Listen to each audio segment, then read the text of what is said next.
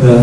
اللهم بحرمة هذا النبي الكريم وآله وأصحابه السابقين على منهجه القويم اجعلنا من خيار أمته واسترنا بذيل حرمته واحشرنا غدا في زمرته واستعمل ألسنتنا في مدحه ونصرته وأهلنا متمسكين بسنته وطاعته وأمتنا لحبه وجماعته.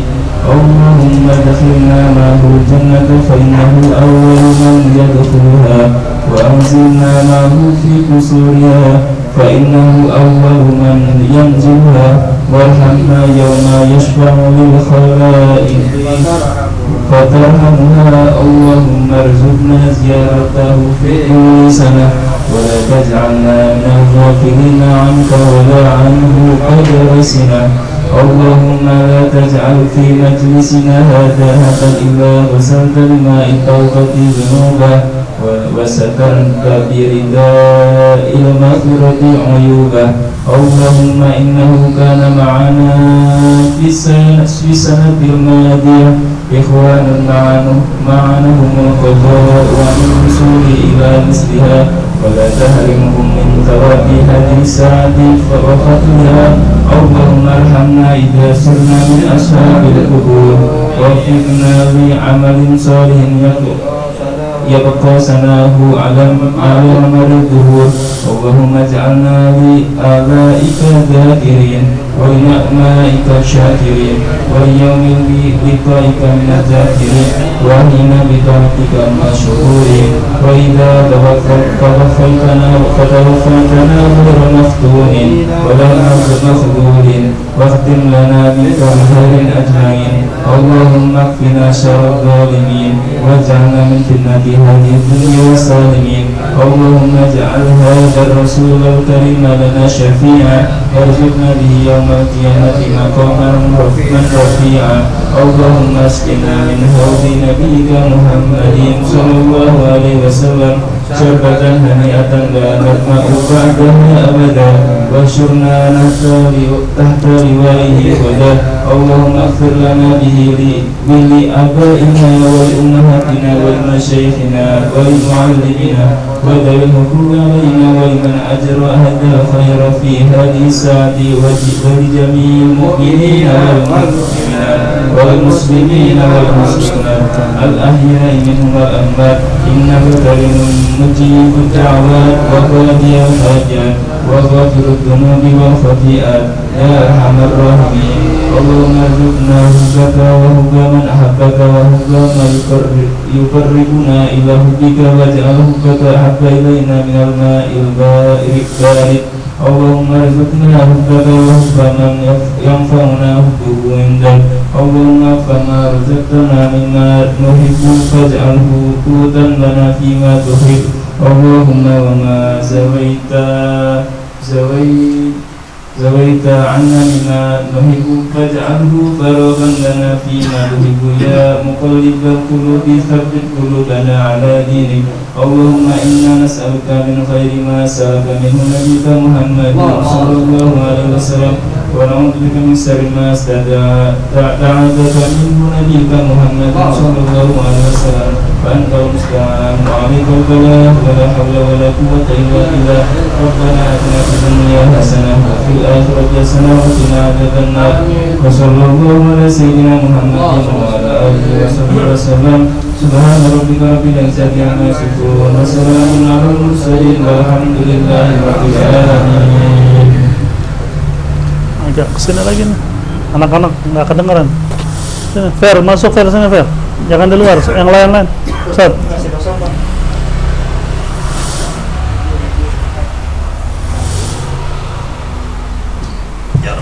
Sini. Assalamualaikum warahmatullahi wabarakatuh. Bismillahirrahmanirrahim. Al-Fatihah ala hadhihi niyyah wa ala kulli niyyatin salihah wa ala manawasidil Habib Umar wa ila hadratin Nabi Sayyidina Muhammadin sallallahu alaihi wa alihi wa sahbihi wa sallam bi sirril Fatihah. A'udzu billahi minasy syaithanir rajim. Bismillahirrahmanirrahim. Alhamdulillahi Rabbil Alamin Ar-Rahmanir Rahim Maliki Yawmiddin Iyyaka na'budu wa iyyaka nasta'in ihdinas siratal mustaqim siratal ladzina an'amta 'alaihim ghairil maghdubi 'alaihim waladdallin. Bismillahirrahmanirrahim. Alhamdulillahi Rabbil Alamin. Wassalatu wassalamu ala asyrafil anbiya'i wal mursalin Sayyidina Muhammadin wa ala alihi wa sahbihi ajma'in. Wa la hawla wa la quwwata illa billahil aliyyil azim.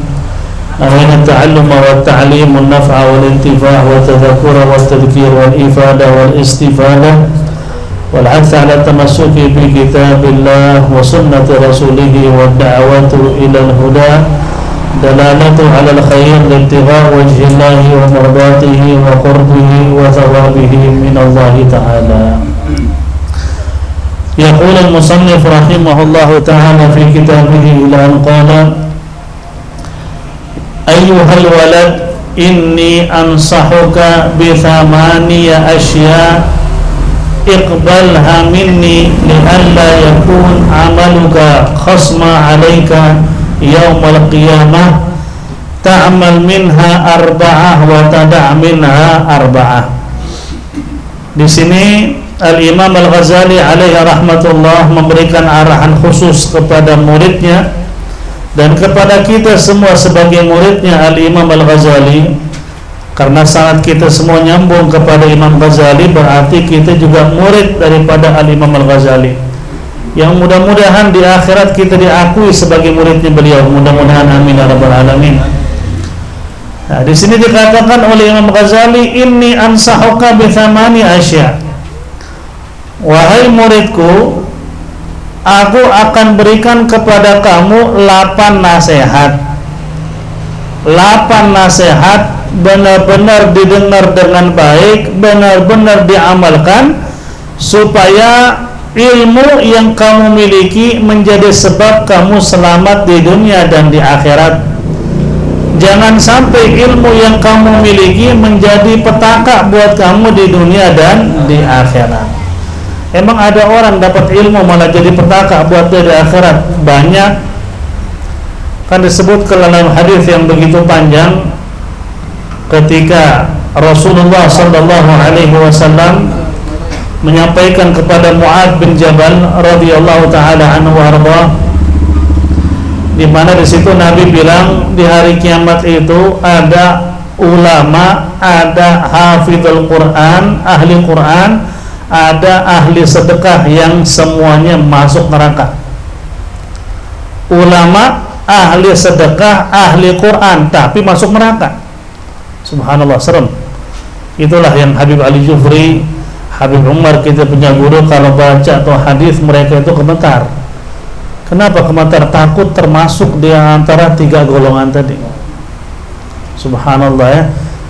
Yang ulama, kenapa mereka bisa masuk neraka padahal mereka ulama? Di situ diterangkan oleh Nabi, ketika ulama ini dibangkitkan pada hari kiamat, Allah nanya kepada mereka, apa yang kalian lakukan di alam dunia dengan ilmu yang kalian miliki? Mereka memuji diri saat itu, ya Allah, kami menyampaikan yang hak, mencegah daripada kebatilan, kami meneruskan perjuangan Nabi Muhammad sallallahu alaihi wasallam, kami berjihad di jalan-Mu ya Allah dengan menyampaikan ilmu syariat. Tapi Allah menjawab kepada mereka, kalian itu berbohong dan penipu. Dijawab sama Allah, kalian bohong. Kalian memiliki ilmu hanya pengen disebut sebagai seorang alim.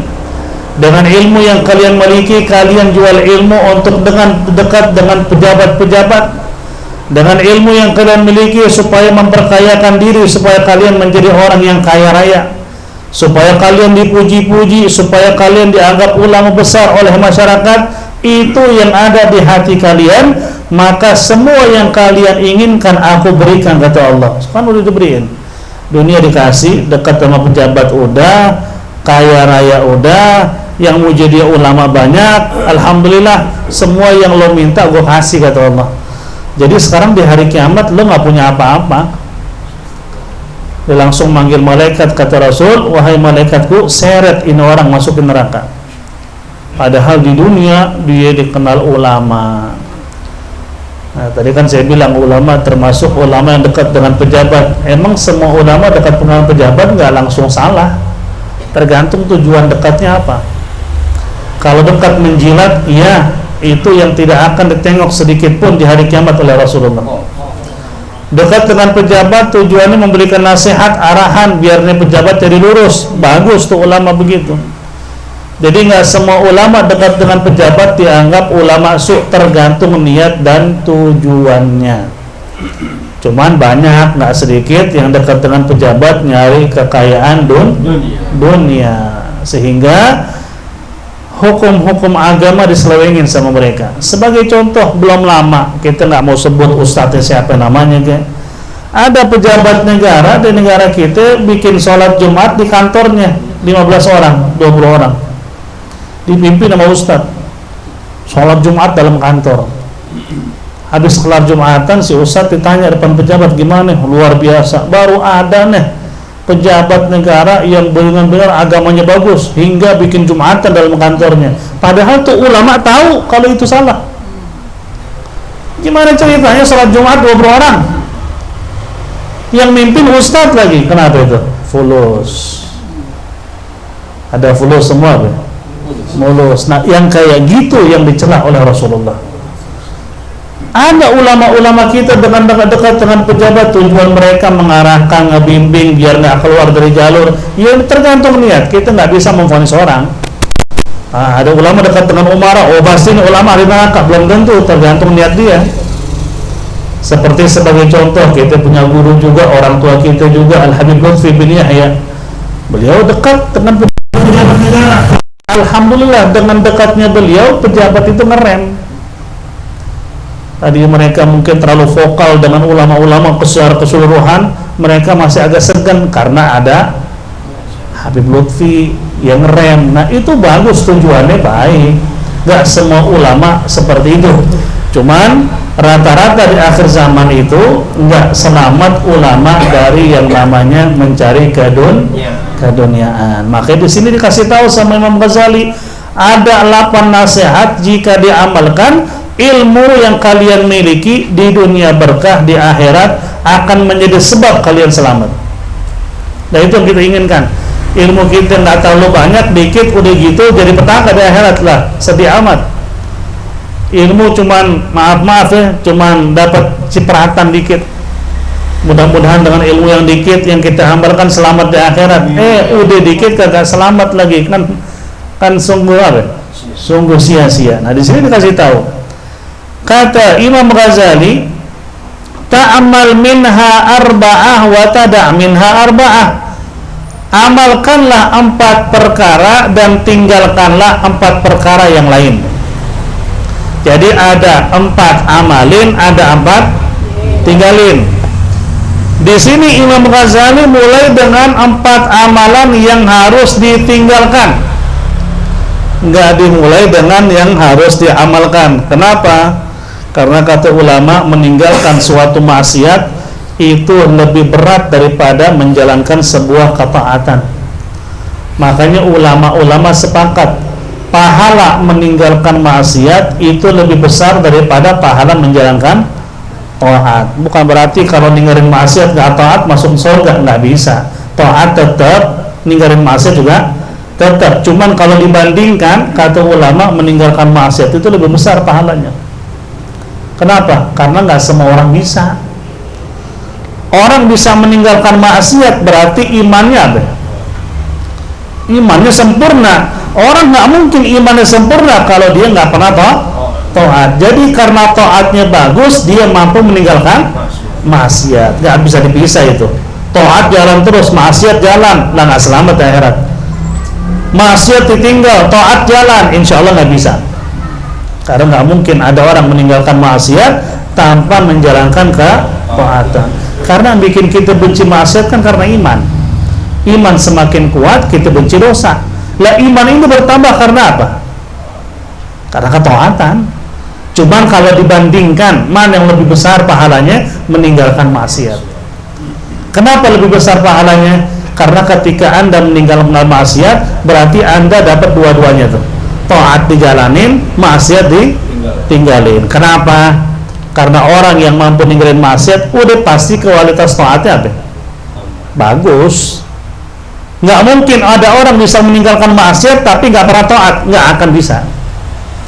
Makanya kenapa ulama bilang meninggalkan maksiat lebih besar pahalanya, karena dua-duanya diborong. Taat jalan, ninggalin maksiatnya jalan. Kalau dipisah, insya Allah nggak akan bisa. Saya bisa ninggalin maksiat, cuman saya nggak pernah sholat, nggak bisa, bohong. Udah salah satu tanda dia bermaksiat tinggalin sholat. Nah gitu. Ada orang teriak nggak pernah zina, saya nggak pernah maksiat, tapi emang nggak sholat. Lu nggak sholat dosa besar.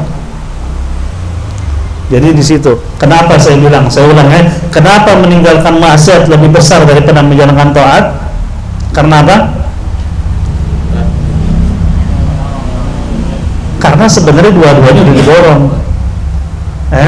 Karena Anda bilang orang bisa ninggalin maksiat karena dia sempurna dalam taat. Nggak mungkin nggak. Berarti kan taatnya jalan, maksiatnya ditinggal. Dua-duanya diborong. Makanya ninggalin maksiat lebih besar pahalanya. Cuman kalau dipisah nggak akan mampu.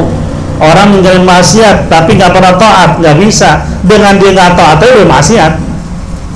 Makanya situlah kata ulama, lebih berat emang meninggalkan maksiat. Kenapa lebih berat?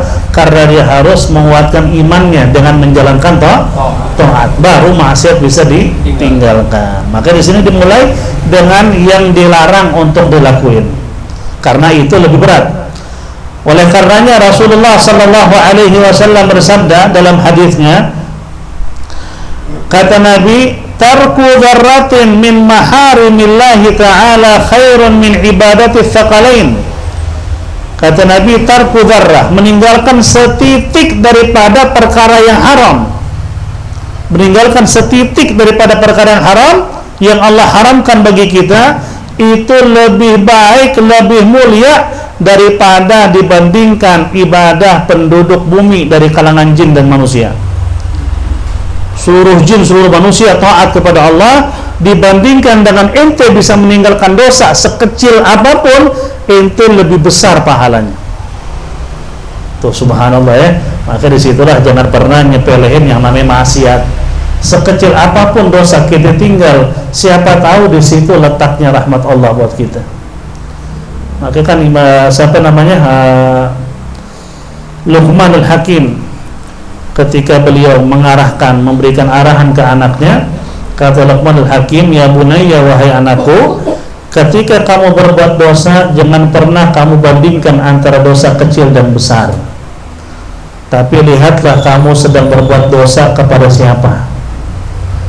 Kalau kita tanam di hati bahwa dosa kecil maupun besar itu adalah dosa, melanggar ketentuan Allah, berarti semua dosa besar di mata kita. Nggak ada dosa kecil sebenarnya, semua dosa besar. Kalau kayak gitu cara kita berpikir, insya Allah kita mampu meninggalkan dosa kecil maupun dosa besar. Dalam riwayat yang lain, Rasul Sallallahu Alaihi Wasallam bersabda, tarkud dunia, meninggalkan keduniaan, meninggalkan kesenangan dunia, itu kan termasuk dosa juga kan. Orang terlena dengan dunia termasuk dosa. Ini sebagai perlengkap dari pembahasan kita. Tarkud dunia, meninggalkan kesenangan dunia, amarru minas sabri, lebih pahit daripada sabar. Amarru minas sabri, lebih pahit daripada jadam. Tahu jadam nggak? Jadam di Indonesia ada juga ya. Jadam terbagus, terbaik itu dari Yaman sebenarnya. Itu jadam luar biasa, itu obat dari segala penyakit. Wa asyaddu min hatmis suyuh, bahkan dikatakan oleh Nabi, dan lebih berat daripada pukulan pedang. Orang ninggalin dunia, kesenangan dunia itu bagi dia berat banget ninggalin dunia. Lebih pahit daripada jadam dan lebih berat daripada dipukul dengan pedang. Nah, itu artinya meninggalkan maksiat itu besar pahalanya. Karena kan cinta dunia termasuk maksiat. Nah, kita masuk ke pertama yang disuruh sama Imam Ghazali untuk kita untuk kita hindari atau kita tinggalkan. Yang pertama, alla tunadir ahadan fi mas'alatin mastata'ta li'anna fiha afat kathira wa ithmuha min naf'iha kabir idhiya manba' kulli khuluqin damim. Yang pertama, an la tunadhir, jangan sekali-kali kamu mencari ilmu untuk berdebat. Pertama tuh, jangan kita ngaji pengen dikit-dikit nyalahin teman kita yang nggak ngerti, bego lo, nggak pernah ngaji lo. Nah itu udah salah banget begitu. Harusnya semakin kita ngaji, kita semakin berakhlak. Orang yang nggak ngerti kita arahkan dengan cara yang baik, bukan kita jatuhin martabat dia. Kita ketemu kita ngaji karena teman kita nggak ngerti, kita udah mulai paham, gini-gini ngapain ya? Kita jawabin, oh gitu, iya, makanya lu jangan bego-bego amat ngaji. Nah itu sebenarnya kita tujuannya nasihatin, tapi kita ngelukain hati orang. Jangan, sampaikan dengan kata yang bijak dan ajak dia ngaji dengan kata-kata yang baik. Makanya ngaji yuk, enak. Kita ngaji jadi ngerti, ibarat kita jadi bener. Akhirnya nanti kalau mati pun kita selamat, karena kita tahu cara ibadah yang benar gimana. Nah, kalau kita nggak pernah ngaji, nggak tahu apa-apa, akhirnya kita meninggal. Bingung, kita nuntut sama Allah pahala sholat, kata Allah lo nggak pernah sholat. Kita nuntut pahala puasa, kata Allah lo nggak pernah puasa. Kenapa? Karena sholat dan puasa tanpa ilmu. Yang pertama, jangan pernah berdebat fi mas'alati mastata'ta, dalam setiap masalah selama kamu mampu. Jangan pernah berdebat dalam masalah apapun selama kamu bisa hindarin debat. Maksudnya begitu. Kenapa pakai kata hindarin debat? Karena kadangkala emang kita harus debat.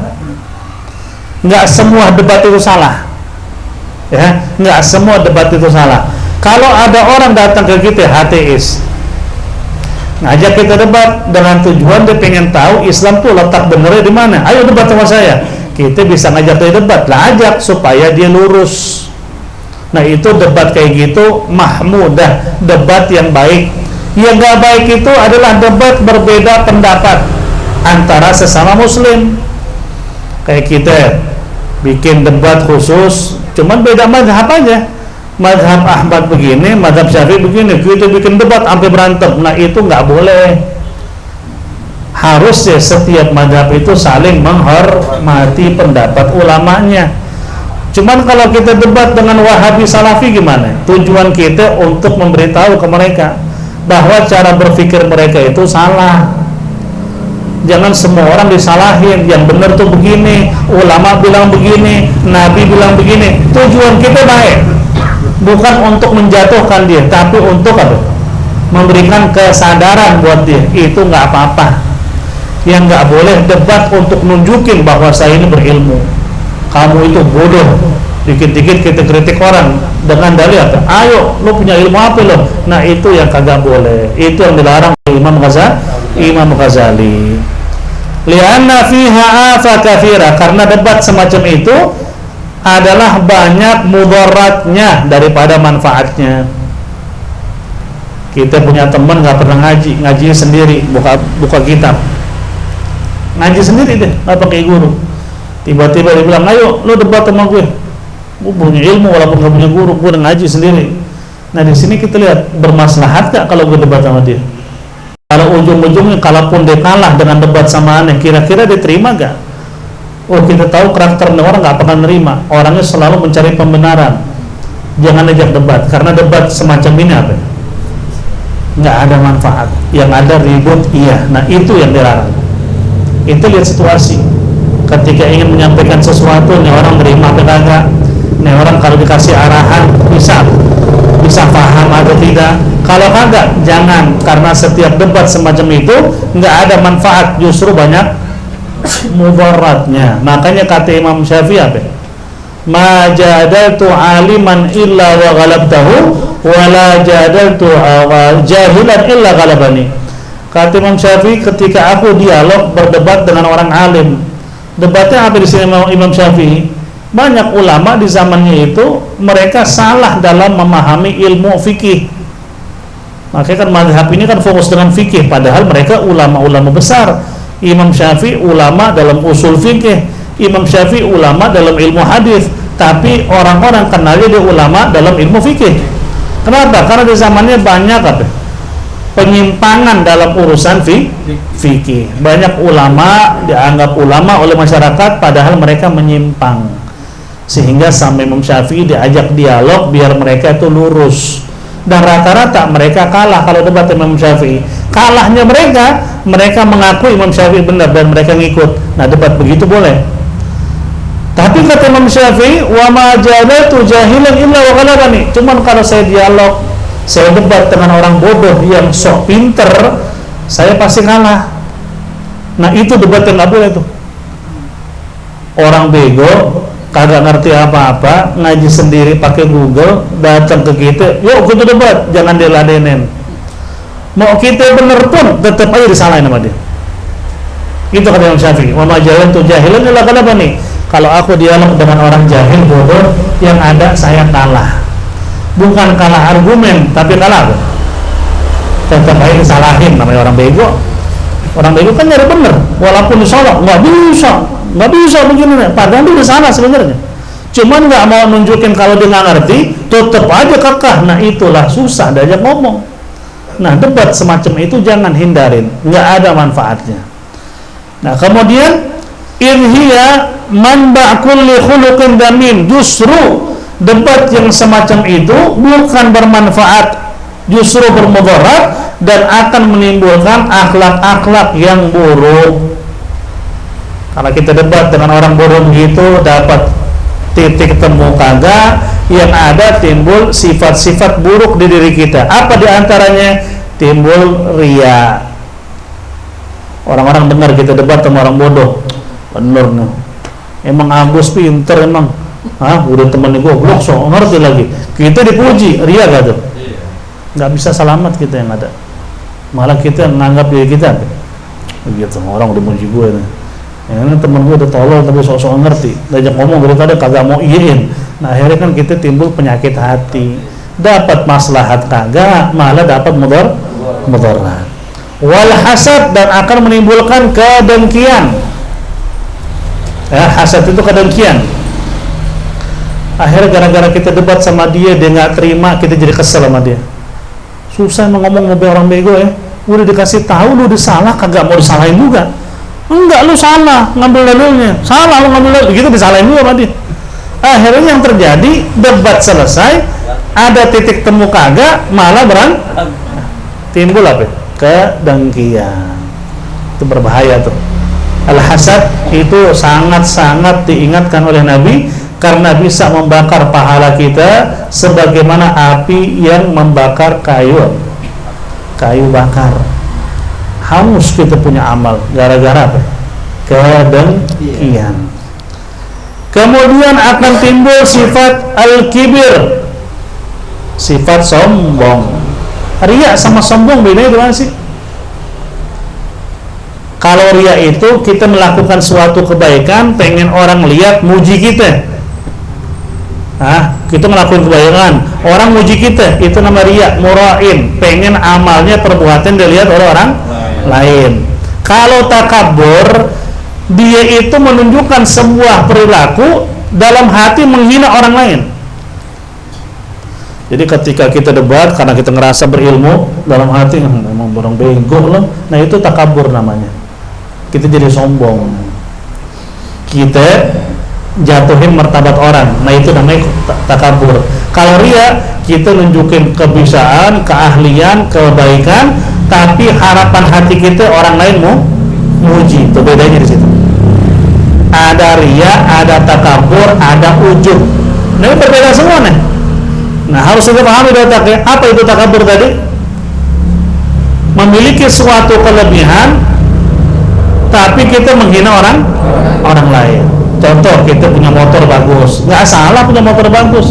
Memang setiap orang punya motor bagus itu pasti takabur, enggak. Cuman kalau sudah punya motor bagus, teman motornya biasa kita hina. Lo sih nggak bakal mampu beli, orang susah lo. Nah, itu kok sombong namanya. Itu namanya kesombongan. Debat sama orang yang nggak ngerti, kita begitu debat susah ngomong orang bego. Nah, itu namanya takabur, muji diri sambil ngatain orang lain. Itu adalah kesombongan. Kalau riya, dia melakukan sesuatu berharap orang lain muji. Kalau ujub lain lagi. Kalau ujub adalah dia menunjukkan diri punya sesuatu kelebihan, tapi nggak diungkap, tapi di hati. Kayak sekarang nih ngobrol begini nih, ketika ngobrol begini dalam hati, paling pinter di sini gue sebenarnya. Yang lain yang datang ya begitu udah pelengak-pelengok. Yang ngerti gue, nah itu namanya ujub, bangga dengan dirinya sendiri. Nah itu hampir tipis sebetulnya perbedaannya. Itu semua penyakit hati yang berbahaya. Riya, ujub, takabur, semuanya itu penyakit berbahaya.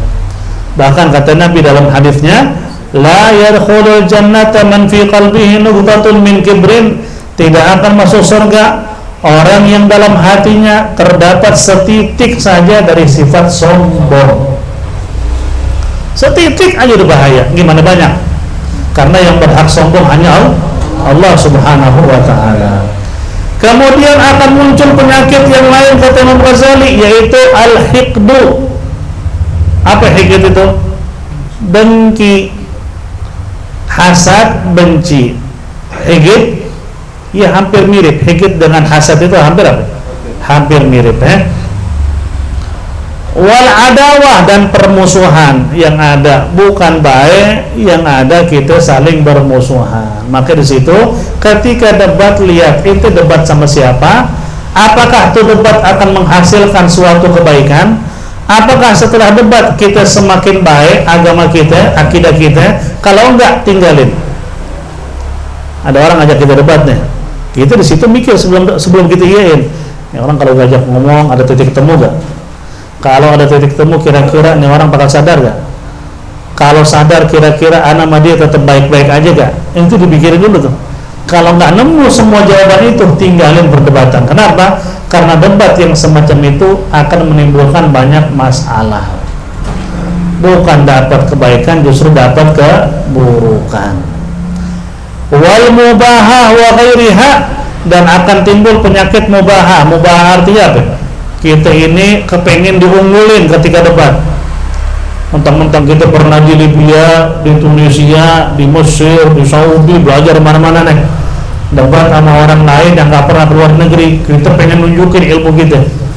Begini. Padahal debat masalah hukum syariat, dibawa nahunya, sorofnya, balaghahnya dibahas di situ, biar orang-orang tahu bahwa dia nguasain semua ilmu. Itu namanya mubahah. Mubahah artinya apa? Nunjukin kelebihan di depan orang. Gue ini ngerti semua, tapi dia nggak ungkapin emang. Cuman dia ketika nunjukin dalam hati begitu, biar orang tahu gue orang alim. Itu mubahah. Itu kurang lebih sama persis seperti apa? Seperti riya. Hampir mirip dengan riya. Kalau riya, dia ngungkapin keilmuannya, kesolehannya, pengen dipuji. Nah itu riya, nunjukin. Kalau mubahah, dipuji gak dipuji masa bodoh, tapi orang harus tahu kalau gue apa? Kalau gue orang ngerti, dibahas semua itu. Kan suka ada debat urusan fikih, ketika debat semua dibahas sama dia. Ini dari ilmu nahunya begini, sorofnya begini, balaghahnya begini, mantiknya begini, baru dibahas ilmu apa? Fikihnya. Intinya aja kan lagi dibahas masalah fikih, ngapain lo nyasar ke sono kemari? Biar orang tahu gue pernah di luar negeri, bahasanya begitu ya. Nah itu gak baik, itu gak baik sama sekali. Justru kita punya guru-guru sekelas Habib Umar bin Hafid. Beliau itu maaf dari segi sanad semua ilmu beliau punya. Ilmu qiraah 10 bukan 7 lagi, dia punya sanad. Ilmu bahasa dia punya sanad. Ilmu yang lain apalagi nggak usah ditanya beliau. Cuman ketika beliau lagi ngungkapin ilmunya, beliau seolah-olah ngomong seperti orang biasa. Dekatlah dengan Allah, hati-hati dari penyakit ini. Dia sholat seperti orang biasa lah, pakai tartil yang kita kenal, biasa aja, sampai dikritik bacaannya sama orang-orang bodoh. Orang bodoh kritik bacaan dia dengan dalil itu bacaannya nggak sesuai dengan di ilmu qiraah. Di ilmu qiraah itu nggak ada qaf, nggak ada gaf, adanya qaf. Dikritik sekelas Habib Umar.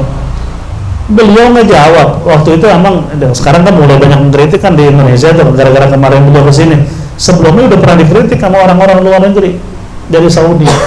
Beliau jawab, dipretelin tuh orang Saudi sampai diam. Kata beliau, emang kalau belajar ilmu qiraah kagak ada gaf, adanya qaf secara ilmu qiraah. Tapi secara bahasa, orang Hijaz, orang Arab Hijaz dulu kan bukan Mekah namanya Hijaz, itu mereka biasa pakai gaf. Bahkan mazhab Ahlul Bait, mazhab keluarga Rasul, mereka mewajibkan gaf bukan qaf. Jadi keluarga Rasul dulu tuh Sayyidina Ali dan seterusnya, mereka ketika baca qaf gaf. Dan seorang ulama besar dalam ilmu qiraah, yaitu yang bernama Al-Imam Zakaria Al-Ansari, ulama besar di Mesir. Masalah qiraah semua yang paling kuasain beliau tuh. Beliau ditanya gimana hukum sholat baca Fatihah tapi pakai gaf bukan qaf. Kata beliau nggak masalah, sah. Diem tuh orang. Makanya kita baru punya ilmu dikit ngeritik orangnya loh, yang ilmunya lautan. Hati-hati, salah ngomong dipretelin malu akhirnya. Tapi di situ Habib Umar nggak pernah menunjukin beliau siapa. Beliau hafal Quran dari kecil. Cuman beliau dengan tawadhu'nya suka menyampaikan ayat dengan nerusin, minta yang hadir nerusin. Jadi seolah-olah saat itu beliau lupa nerusin ayatnya, padahal di luar kepalanya itu ayat. Itu akhlaknya beliau. Nggak mau nunjukin kalau beliau itu orang alim, tapi emang beliau orang alim gimana? Bahkan sekarang di seluruh dunia, beliau kalau datang ke Mesir, ulama Mesir semua menghormatin beliau, bukan karena beliau keluarga Rasul, tapi emang karena ilmunya. Apalagi orang ke Mesir paling sensitif soal ilmu. Kita bodoh kagak dianggap sama mereka lah, karena beliau orang alim. Nah itulah, kalau kita dialog, lihat siapa yang sedang kita ajak bicara, biar nggak timbul penyakit hati seperti tadi. Naam, law waqa'a mas'ala bainaka wa baina syakhsin wahidin wa qaumin katsirin wa kana iradatuka fiha an tadhhara al-haqq wa la tudayyi al-haqq jaza hina idzin al-ba'ats. Nah ini jelasin Imam Ghazali. Anda belum baca ini terusannya. Jadi kata Imam Ghazali, naam, kecuali jika Anda ingin debat dalam suatu masalah antara Anda dengan seseorang atau kita dengan banyak orang, tujuan kita ingin menampakkan kebenaran karena ini orang salah. Tujuan kita nampakin kebenaran dan ini orang biar kagak sesat dalam pemikirannya. Saya mau nyampein yang benar, biar kasihan orang kalau mau nggak sampai sesat dia, nggak ngerti. Tujuan kita begitu. Maka kata Imam Ghazali, jaza hina idin al-bahats, maka boleh debat yang semacam itu. Tujuan kita nyelamatin. Kenapa lo debat sama si Ano? Kesian, cara berpikir radikal, kagak ngerti apa-apa nih orang. Kalau kita nggak jelasin, yang ada dia beramal padahal salah, bisa masuk neraka gara-gara itu. Jadi mau nggak mau kita harus apa? Jelasin ke dia, dan orangnya bisa menerima penjelasan kita. Nah harus jelasin. Cuman kita tahu karakter orang, mau nyampein yang benar sekalipun tetap nggak terima, nggak usah aja ngomong. Karena kan Imamul Haddad bilang, jangan pernah menyampaikan ilmu kepada seseorang yang kagak mau ilmu sebenarnya, cuman pura-pura. Jangan disampaikan ke dia. Kenapa? Karena ngabisin waktu sia-sia. Udah capek kita ngomong, capek jelasin, ujung-ujung gitu doang udah. Diamalin kagak, kayak ngeledek malah. Yang kayak gini kagak usah ada. Disampaikan ilmu, kesian ente capek, ente sampai berpusat mulut, didengar juga kagak. Cuman kalau kita niat menyampaikan yang hak dan kita tahu yang sedang kita ajak debat, pasti dia menerima. Ketika dia sadar dirinya salah, sampaikan yang hak. Kalau tujuannya begitu. Kalau tujuannya lain kayak tadi, tujuannya pengen nunjukin ilmu atau yang ngajak debat kagak bakal terima, nggak usah ajak debat udah. Yang ada sia-sia, akan timbul penyakit-penyakit hati. Lakin litil kal iradah alamatan, akan tetapi orang yang berdebat yang tujuannya baik, yang boleh debat, ada dua tanda. Tulis tandanya. Ente mau debat, ente bilang tujuan anda baik, tandanya dua, tujuan ente baik. Kalau dua tanda ini ada, berarti benar tujuan ente baik. Apa itu tanda pertama? Allah tufarriq baina an yankashifal haq ala lisanika aw ala lisan ghairik. Tanda pertama itu debat tujuannya baik. Ketika anda debat, anda nggak peduli yang benar kita atau dia. Kalau dia yang benar, kita terima. Kalau kita yang benar, dia terima. Itu tanda yang pertama. Cuman ketika kita debat, kita berharap kebenaran cuma dari mulut aneh. Kalau dia ngomong yang benar, gue nggak terima, niatnya nggak benar. Jangan debat. Tanda pertama, ketika Anda dialog dan debat, kalau yang kebenaran itu sampai dari mulutnya, kita terima. Dijelasin, kita harus terima. Atau kalau kita ngejelasin yang benar, dia terima. Itu tanda pertama Anda beneran debatnya ikhlas, ingin menyampaikan kebenaran. Kalau kebaikan dari dia kita nggak bisa nerima, berarti kita nyari pembenaran. Nyari pembenaran itu nggak boleh dalam Islam. Dalam Islam itu yang boleh apa? Nyari kebenaran. Nah, di antara pembenaran kan kayak orang kalau nanya, ngetes, datang ke majelis fulan bin fulan, padahal dia tahu hukumnya, nanya, ngetes, pengen tahu sejauh mana ilmu gurunya, itu termasuk gillatul adab. Orang tersebut ilmunya nggak akan bermanfaat dunia dan akhirat, karena tujuannya bukan nyari kebenaran, tapi nyari pembenaran, ngetes guru lagi. Loh, bukan nggak ada yang seperti itu dari zaman Imam Syafi'i aja ada. Nah, itu nggak boleh ya. Jadi kalau ente debat karena Allah, karena menyampaikan yang hak, itu lihat kalau dia yang menyampaikan kebenaran, Anda terima gak?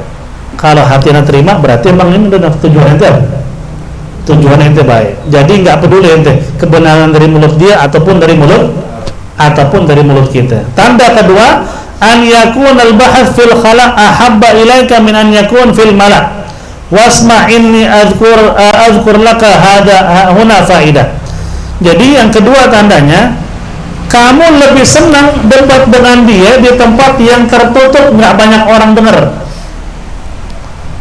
dibandingin di tempat yang terbuka. Jadi hati kita, gue ingin menyampaikan yang benar ke dia nih, kalau bisa orang lain nggak dengar.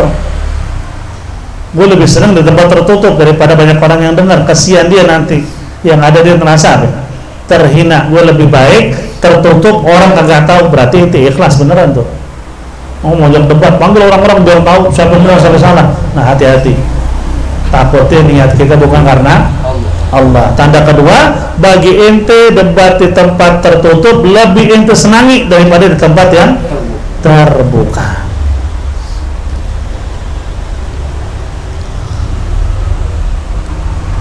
Ya, ini tanda dua. Ini dua tandanya. Nah, insyaallah kita terus lagi dengan masalah yang pertama tadi. Nah, intinya apa dari nasihat yang pertama dari Imam Ghazali yang harus kita hindari sebagai orang yang menuntut ilmu, jangan sekali-kali berdebat, karena debat itu isinya lebih banyak mudarat daripada manfaatnya. Debat semacam apa? Debat yang tidak ada tujuan untuk menyampaikan kebenaran. Debat yang tujuannya menyampaikan kebenaran, tapi kita tahu pihak yang sono ujung-ujungnya nggak bakal terima. Karena kita ajak ngomong nih, orangnya apa? Orangnya maaf sombong dengan dirinya luar biasa, nggak akan nerima kalau kita jelasin apa-apa. Jangan debat. Ya, ini dua hal nih. Debat yang nggak boleh itu debat yang nggak ada tujuan menyampaikan kebenaran, tujuannya hanya pengen nunjukin bahwa dia orang alim, orang ngerti, atau ingin menyampaikan kebenaran tapi pihak yang sebelah kita yakin mereka tidak akan menerima. Tahu dari mana itu yakin? Soalnya anak kenal orangnya, karena sering ngobrol sama dia, orang nggak pernah mau ngalah kalau diajak ngomong. Jangan debat, karena debat kayak gini nggak ada manfaatnya, yang ada timbul penyakit hati. Kapan kita boleh debat? Debat yang boleh yaitu debat ingin menyampaikan kebenaran, biar tuh orang kagak tersesat, dan kita punya punya feeling bahwa orang yang disono yang kita ajak debat akan menerima penjelasan kita, sampaikan yang hak. Boleh debat begitu. Tandanya dari mana? Kalau debat anak benar, tulus ingin menyampaikan kebenaran, tandanya dua. Tanda pertama apa tadi? Kita nggak peduli kalau anak salah dalam ucapan, dia yang benar anak terima. Kalau anak yang benar, dia yang salah, dia terima, berarti benar. Itu tujuan ente karena Allah. Tujuan yang kedua apa tadi? Niat yang kedua, dia lebih senang debat menyampaikan yang benar di tempat yang tertutup daripada yang terbuka. Kenapa? Biar mudah nyampein, dia nerima dengan ikhlas, orang lain nggak tahu kekurangan dia. dan orang lain nggak tahu kelebihan kita, itu cakep, berarti benar, tulus itu. Cuman kalau debat tujuan ente harus nyampein yang hak, dia nyampein yang hak, gua nggak terima, harus dari yang hak. Nah kalau kayak gitu berarti tujuan itu nggak benar tuh. Atau itu tujuannya baik, dia yang hak anak terima, anak yang hak dia terima, tapi harus debat tempat terbuka biar orang tahu, tujuannya itu nggak baik udah. Hati-hati dalam urusan menyampaikan. Ini debat ini bukan masalah debat cuman dialog begitu ya. Menyampaikan kebenaran itu kayak antum nih punya teman pengen bener, ingin kita arahin biar dia benar. Selama ini dia mungkin main judi, selama ini dia minum khamar sering banget. Gue pengen nyadarin dia nih, tujuan kita baik dan orangnya kemungkinan besar akan nerima. Kalau ajak ngomong pasti kalau ngomong dari hati ke hati akan nerima. Ajak ngomong, sampaikan kebenaran. Kalau dia jawab kita dengan kebenaran, kita terima. Cuman kalau kita menyampaikan kebenaran, dia terima. Dan kita lebih senang nasihatin dia di tempat yang tertutup, jangan orang tahu. Berarti benar, ente tulus karena Allah SWT. Kalau nggak ada ini ciri-ciri, jangan sekali-kali ada berdebat. Baik kagak, buruk iya. Yang ada nanti, yang tadi Imam Ghazali bilang, akan timbul masalah-masalah hati ya. Insyaallah kita teruskan pembahasan yang pertama. Ini belum selesai nih, masih panjang. Pertama masih panjang insyaallah. Kita akan bahas di pertemuan yang akan datang insyaallah taala. Wallahu a'lam bishawab. Sebelum ditutup, seperti biasa kita kasih waktu untuk bertanya. Fadhil, 3 pertanyaan.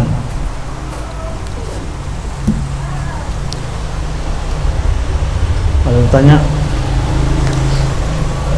Fadhil. Waalaikumsalam warahmatullahi wabarakatuh. Bertanya terkait dengan perdebatan ini, mungkin di dunia kampus itu terkadang yang dibingungkan juga malah menjadi ciri khas itu. Bahkan sistem di kelas itu dibuat supaya adu argumentasi. Bahkan seringkali pun dosen memberi pemantik atau pancingan supaya argumentasinya itu bisa dibantah ataupun diterima ataupun disanggah gitu sama mahasiswanya. Pun jadi saling argumentasi satu sama lain, itu bagaimana hukumnya gitu? Karena sudah menjadi sistem pembelajaran di mana-mana itu, dan itu pernah kita bahas juga. Sebenarnya banyak sistem yang baik di pendidikan, ada juga sistem yang harus dirubah dalam pendidikan. Di antara sistem yang harus dirubah itu yaitu ketika ada program dialog atau debat antara siswa untuk menunjukkan siapa yang unggul dalam apa?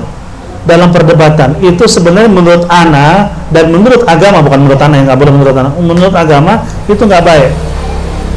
Kenapa nggak baik? Karena akan menjatuhkan orang lain dan akan membuat orang yang ngerasa debatnya benar akan sombong. Karena banyak kejadian yang ngerasa dipinter di sekolahan gayanya udah beda deh. Ketemu teman-teman orang-orang bego yang duduk, kan sombong keluar. Nah hal-hal kayak gitu emang kadang-kadang harus diarahkan. Cuman kayak tadi kayak dosen menyampaikan beberapa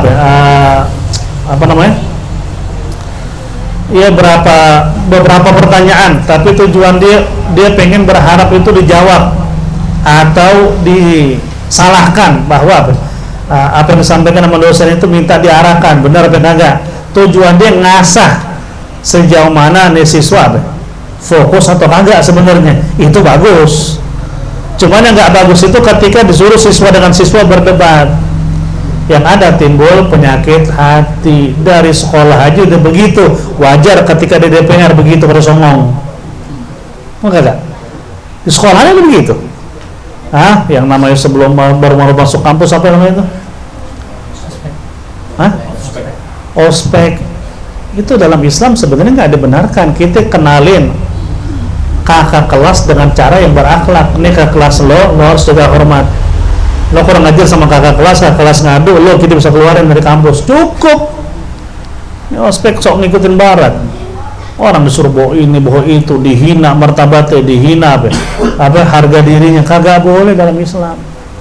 Justru dari sekolah dididik begitu. Ketika jadi pejabat mereka brutal. Ya dari sekolah diajar begitu. Benar kagak? Kan semua dimulai dari awal. Debat sekolah. Nunjukin bahwa pinteran dia. Gitu temannya bego. Udah. Begitu dia jadi pejabat begitu. Debat, ngatain, hina, caci maki. Kenapa? Dari sekolah udah diajarin begitu. Cuman kalau tujuannya mengasah kecerdasan itu boleh. Kalau dalam agama pun sama. Kayak kita waktu masih belajar begitu, belajar fikih nih. Tiba-tiba guru kita ngasih pertanyaan jebakan. Kalau begini-begini gimana? Itu boleh lihat tuh. Murid fokus atau kagak sebenarnya. Kalau fokus bisa jawab, kalau nggak fokus apa? Nggak bisa jawab. Yang seperti anak perananya dulu awal-awal kita ngajar dan banyak yang bisa jawab waktu itu.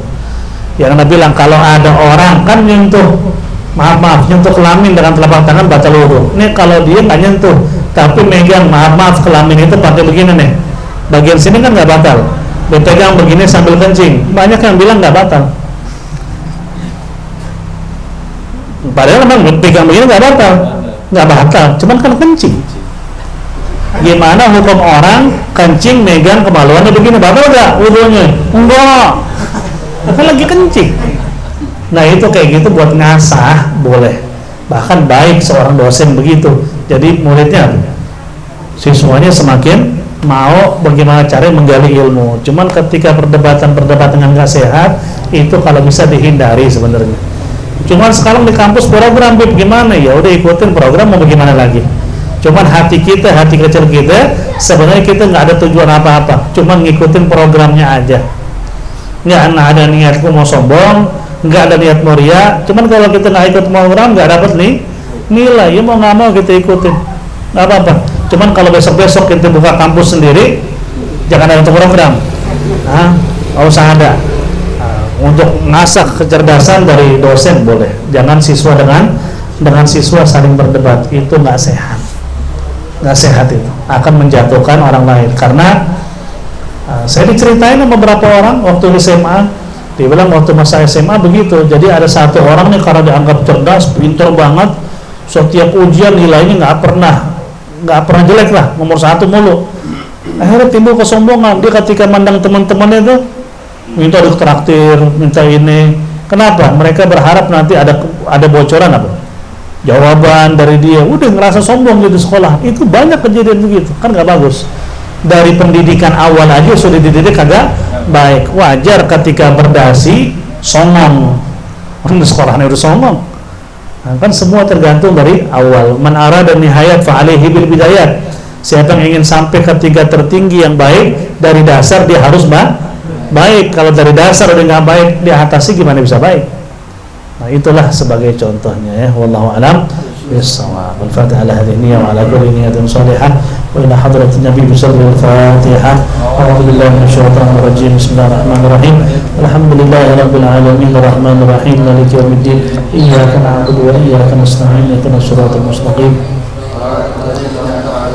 غير المغضوب عليهم ولا الضالين آمين. اللهم بحق الفاتحة وسد الفاتحة وكرامة الفاتحة يا فرج الهم يا كاشف الغم يا بديع حمد يغفر ويرحم بفضل سبحان ربك رب العزة عما يصفون وسلام على المرسلين والحمد لله رب العالمين. يا ربنا اعترفنا بأننا اجترفنا وأننا أسرفنا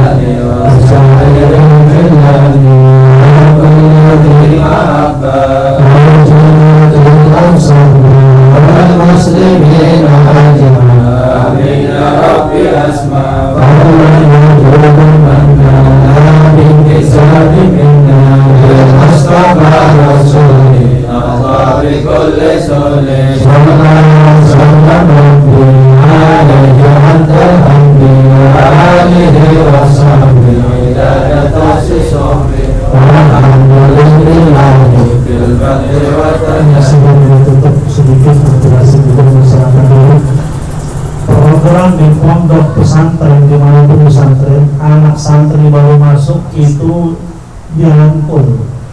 Bahkan kita diharapkan dulu kalau baru masuk pondok itu dikasih waktu 3 bulan boleh nggak bicara bahasa Arab. Ini bahasa Indonesia boleh selama 3 bulan. sambil dia tahu bahasa inti dari bahasa Arab, karena soalnya kan wajib bahasa Arab. Cuma awal masuk dikasih waktu itu 3 bulan, diadaptasi dulu, dekat dengan murid yang lain, biar ngerasa nyaman, baru di situ dia ngikutin program yang ada di pondok. Nah, kalau di sekolah umum kebalik, baru masuk digencet. Apa tadi namanya? Ospek. Akhirnya yang di ospek punya dendam. Nanti gue jadi kakak kelas, gue gencet juga bawahan. Yang terjadi apa kita tonton di TV, gara-gara ospek ada meninggal. Ospek didudukin nama kakak kelas. Ada manfaat, mudarat. Nah, itu hal kayak gitu memang harus dipikirkan juga untuk pemerintah.